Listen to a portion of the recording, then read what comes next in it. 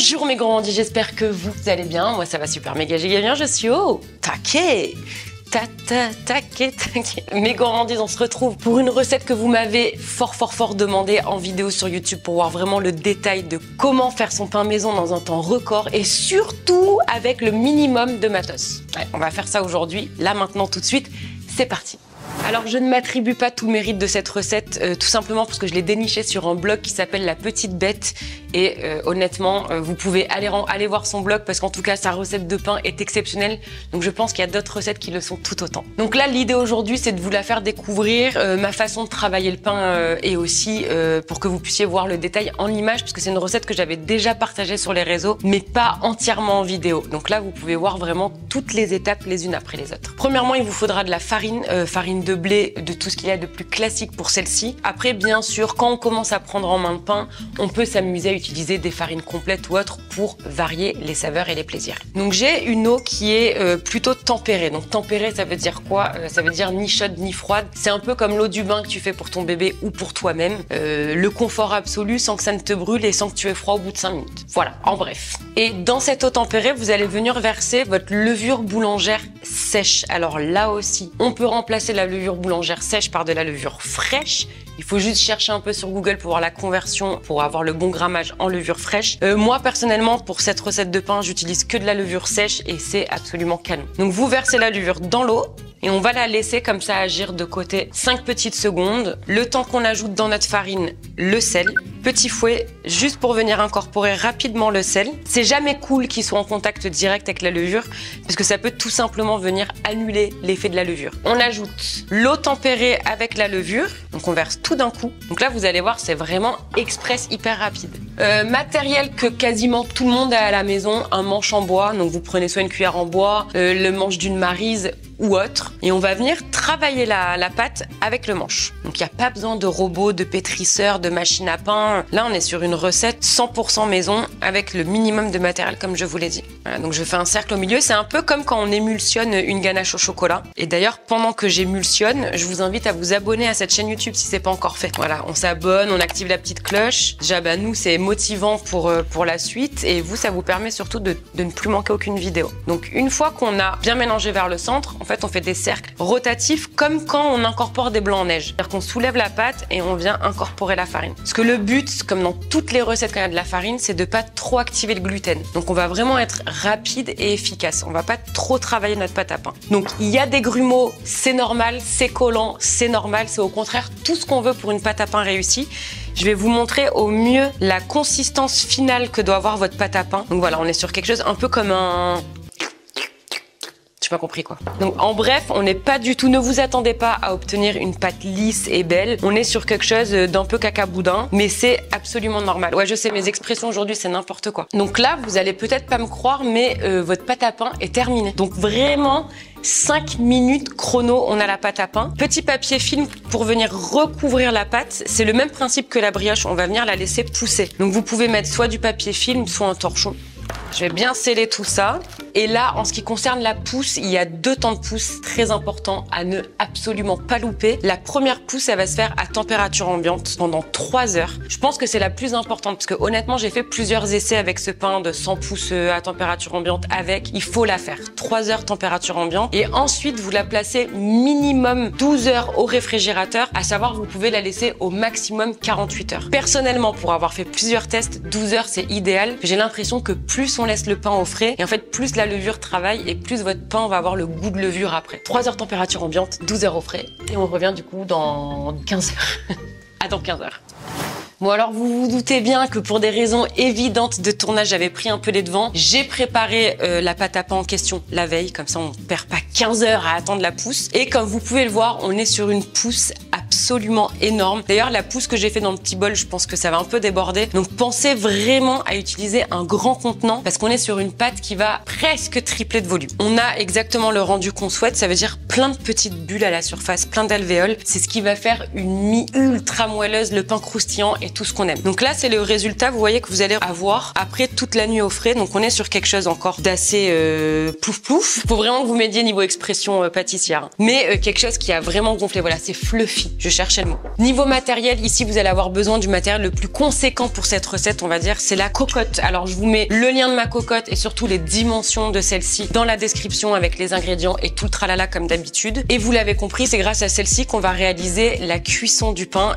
Quand j'ai vu cette recette pour la première fois, je me suis dit, ouais, bizarre, cuisson dans une cocotte, et ben c'est incroyable. Vous allez voir ça. Alors, ça aussi, c'est optionnel, mais moi, je vous conseille quand même une petite corne ou éventuellement une maryse, parce que vu que là, on est sur une pâte à pain collante, ça va nous permettre de pouvoir l'enlever sans toujours trop la travailler pour éviter qu'elle ne retombe et perdre tout le bénéfice de cette longue pousse. Également, alors ça, pour moi, c'est indispensable. C'est un investissement là aussi, mais pour le coup, si vous commencez à faire beaucoup de pain maison, ça fait toute la différence. Ce que j'ai fait, c'est que j'ai acheté un tapis silicone entrée de gamme de prix, vraiment le plus bas possible niveau prix, et j'ai découpé un fond silicone de la taille du fond de ma cocotte. Et en fait, c'est ce qui va vous permettre de pouvoir cuire votre pain sans qu'il n'accroche au fond de la cocotte. Donc je farine un peu le plan de travail. Parce que comme je vous l'ai dit, là, ça va coller. Donc, on va éviter d'arracher la pâte violemment. Hein, là, on traite vraiment le pain avec amour. Et avec ma corne, je vais venir déplacer ma pâte à pain sur la farine.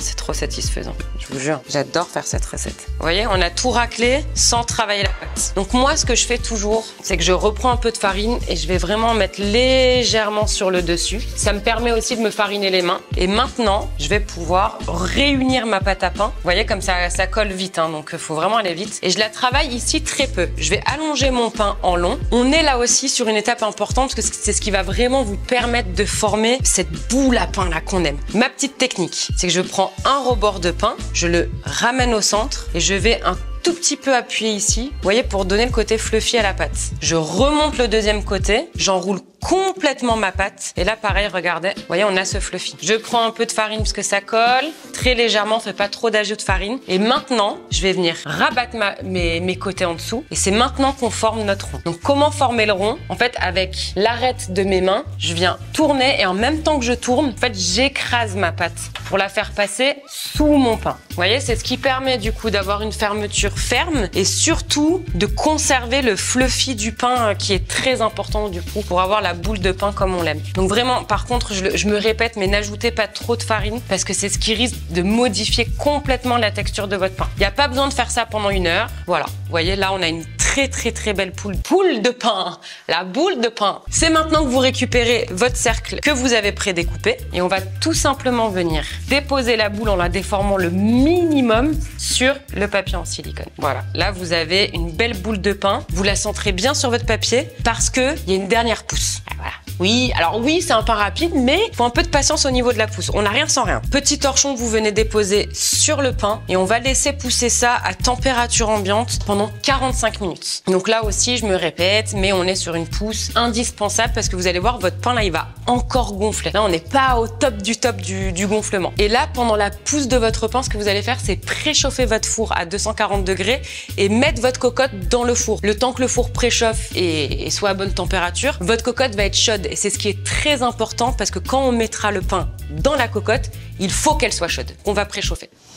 Il est temps de dévoiler cette pousse de pain qui est absolument incroyable. Alors, incroyable, je sais pas. Je vous avoue qu'à la maison, il est un peu plus galbé. Mais comme toujours, ici, on est dans des conditions de tournage avec des grosses potes, une température qui n'est pas exactement celle qu'on peut avoir chez soi. Donc, des fois, on n'a pas les rendus espérés. Mais même si vous avez ça à la maison, vous allez voir, le rendu sera quand même canon. Donc, la pousse est terminée. On a notre cocotte qui est toujours au four. On la laisse au four. Je récupère un peu de farine. Ah, mais attends, c'est ça que j'ai pas... Bon, écoutez, idéalement, utilisez un tamis. C'est vraiment même indispensable. Je n'ai pas de tamis. Voilà, nouvelle cuisine. On oublie d'acheter des choses. Donc je vais venir saupoudrer délicatement mon pain avec de la farine. On s'équipe d'une grignette, autrement dit d'un scalpel spécial boulanger qui va nous permettre de réaliser les dessins de notre choix sur notre pain. Donc là vraiment, laissez parler votre imagination. Si vous voulez un dessin en particulier, j'avais posté sur Instagram un réel pour cette recette de pain et là vous verrez par exemple le dessin que j'avais choisi. Là je vais vraiment y aller à l'impro. Donc l'idée c'est surtout d'essayer de faire le maximum de forme sur le pain. Ça va permettre en fait au pain de pousser pendant la cuisson. C'est un peu l'étape satisfaisante quand on fait un bain. Un pain.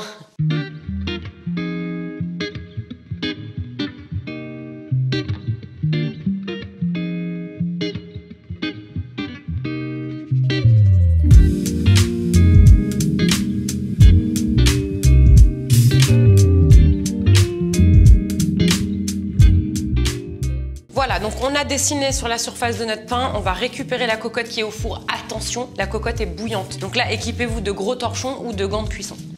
Aïe, c'est chaud.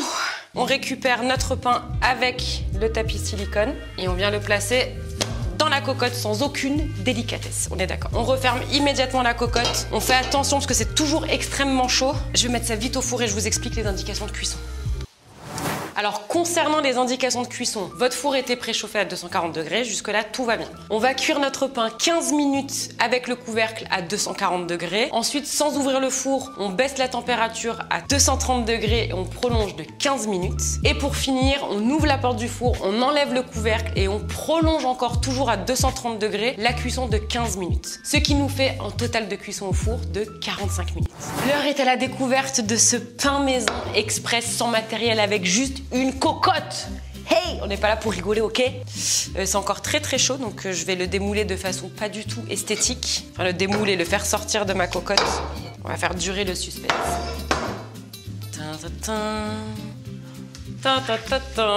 Il est canon. Honnêtement, vu la pousse qui était un peu raplapla, j'étais un peu en stress, je me disais... il va pas être aussi beau qu'à la maison, mais finalement, vous voyez, même quand la pousse est pas très en hauteur, on peut obtenir un pain absolument canon. Écoutez.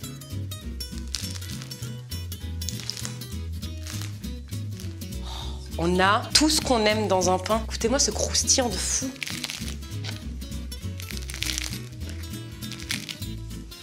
Et encore, vous n'avez pas l'odeur. Oh là là, on va le couper. Bon, alors normalement, moi je vous conseille à la maison, à la sortie du four, laissez votre pain 15-20 minutes dans la cocotte, redescendre en température tranquille. Ensuite, on le sort de la cocotte, et très important, avant de le mettre dans une boîte à pain ou de l'enrouler dans un torchon, on va le laisser complètement refroidir. Je vous parle en connaissance de cause. Croyez-moi, cette recette, je l'ai faite 100 fois. Et bah du coup, j'ai fait toutes les erreurs à ne pas faire.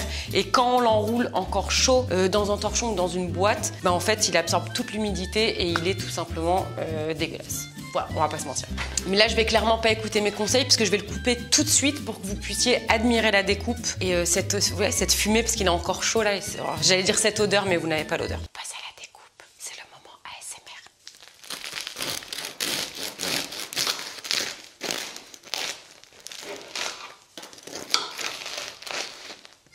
Alors là, si j'ai une mie pourrie, vous allez me dire, t'as vendu du rêve pour rien. Mais je pense qu'elle est belle. Avec la petite fumée qui sort et tout. Oh là là, regardez-moi ça. C'est un pain ultra moelleux, ultra gourmand, ultra croustillant. En fait, on a tout ce qu'on aime. Le croustillant, la tendresse de la mie, la petite pointe de sel et tout. C'est honnêtement de la bombe atomique. Vous pouvez le manger comme du pain tradit. Et moi, ce que je vous conseille, c'est de couper des grosses tranches et vous faites des avocados toast ou du saumon avec de la salade, Faites-vous plaisir, variez les envies. Je veux voir la photo de vos pains maison sur Instagram. Donc vous identifiez mon compte, l'atelier de Roxane, vous postez vos photos et je viendrai noter vos pains maison. Bah écoutez, c'était rapide, mais on est déjà sur la fin de cette recette de pain maison. J'espère que vous avez passé un bon moment et on se retrouve très bientôt, ici ou ailleurs. Je vous aime de ouf, de dingue, de malade. Ciao!